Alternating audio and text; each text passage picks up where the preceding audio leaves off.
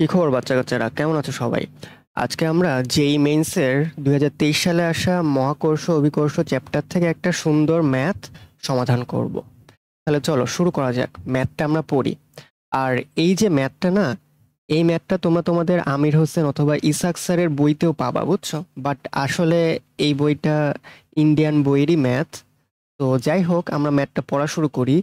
এখানে বলছে two particles, দুইটা বস্তু, অফ ইকুয়াল ম্যাস, সমভরের দুইটা বস্তু, ঠিক আছে, move in a circle of radius, একটা বৃত্তের, কি বলবো, move in a circle of radius, আচ্ছা একটা বৃত্ত বরাবর মুভ করে যার ব্যাসার্ধ হচ্ছে আর,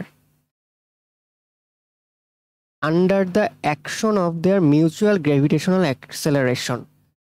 সার্কেলের মানে সার্কেল বরাবর কেন মুভ করে তাদের মিউচুয়াল গ্র্যাভিটেশনাল অ্যাক্সেলারেশনের কারণে, গ্র্যাভিটেশনাল অ্যাট্রাকশনের কারণে, মানে তাদের পারস্পরিক অভিকর্ষীয় বলের কারণে বা মহাকর্ষীয় বলের কারণে, বুঝছো?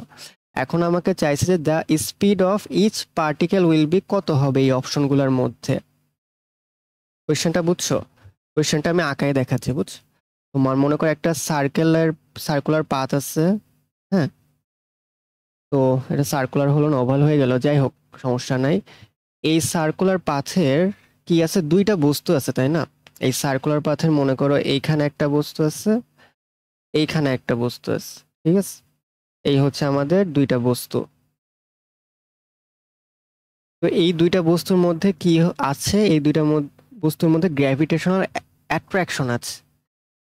তার মানে এই দুইটা বস্তুর মধ্যে একটা ফোর্স কাজ করতেছে, সেটা হচ্ছে গ্র্যাভিটেশনাল অ্যাট্রাকশন আর কি।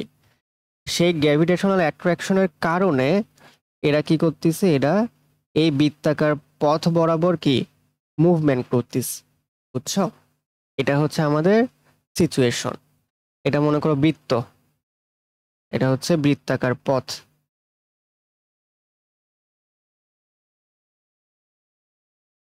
আচ্ছা, আর এই বৃত্তের ব্যাসার্ধ কত বলছে? ব্যাসার্ধ হচ্ছে আর, মানে বৃত্তের এই যে কেন্দ্র যদি এটা হয়, এই কেন্দ্র থেকে এইটুকের দূরত্ব হচ্ছে আর, আবার এইটুকের দূরত্ব হচ্ছে কি আর।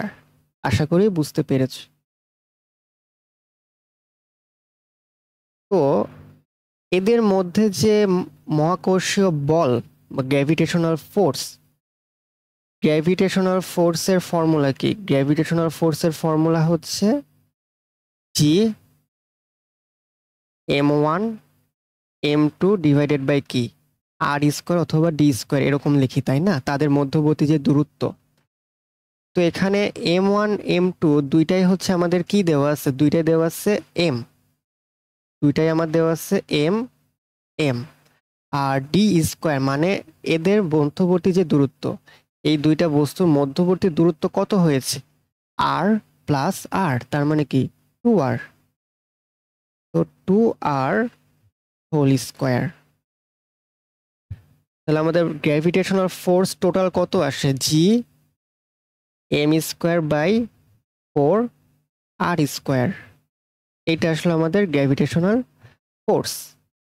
এখন বৃত্তাকার পথে যখন ঘুরতে থাকে তখন আরেকটা ফোর্স কাজ করে, সেটা হচ্ছে কেন্দ্রমুখী বল বা সেন্ট্রিপেটাল অ্যাক্সেলারেশন।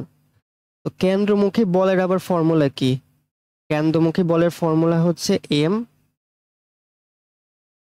বড় হাতের এম দেওয়া আছে আমাদের, M V square divided by কি আর। এটা আমাদের কি কেন্দ্রমুখী বলের ফর্মুলা বা সেন্ট্রিপেটাল ফোর্সের ফর্মুলা, তাই না? সো এই যে দুই ফর্মুলা আমাদের এখানে কি বলেছে, আমাদের এখানে বলেছে যে এই সার্কুলার পাথ বরাবর মুভমেন্ট কেন করে, কারণ ওই গ্র্যাভিটেশনাল ফোর্সের কারণে।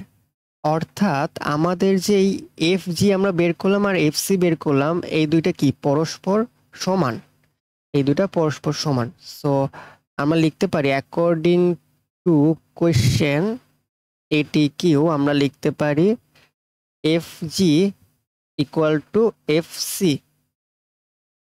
অর্থাৎ এফ জি সমান কি ছিল, জি বড় হাতের এম স্কোয়ার বাই কি 4r square equal to F C কত ছিল, M V square divided by কি, শুধু আর।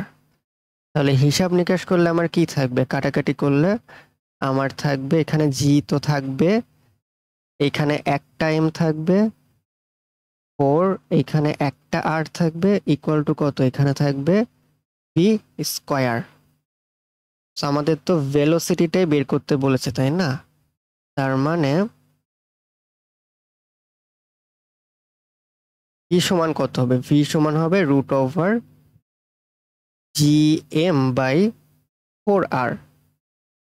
তাহলে চলো আমাদের অ্যান্সার আশা করি মিলে গিয়েছে। এখন আমরা একটু অপশন টেস্ট করি, দেখি কোন অপশনের সাথে মিলে গিয়েছে। Root over G M by 4r, দেখো তো কোন অপশনের সাথে মিলছে। অপশন ডি এর সাথে আমার অ্যান্সারটা মিলে গিয়েছে। সো এটাই হচ্ছে আমাদের কারেক্ট অ্যান্সার। আশা করি এই ম্যাথটা তোমরা সবাই ভালো মতো বুঝে গিয়েছো।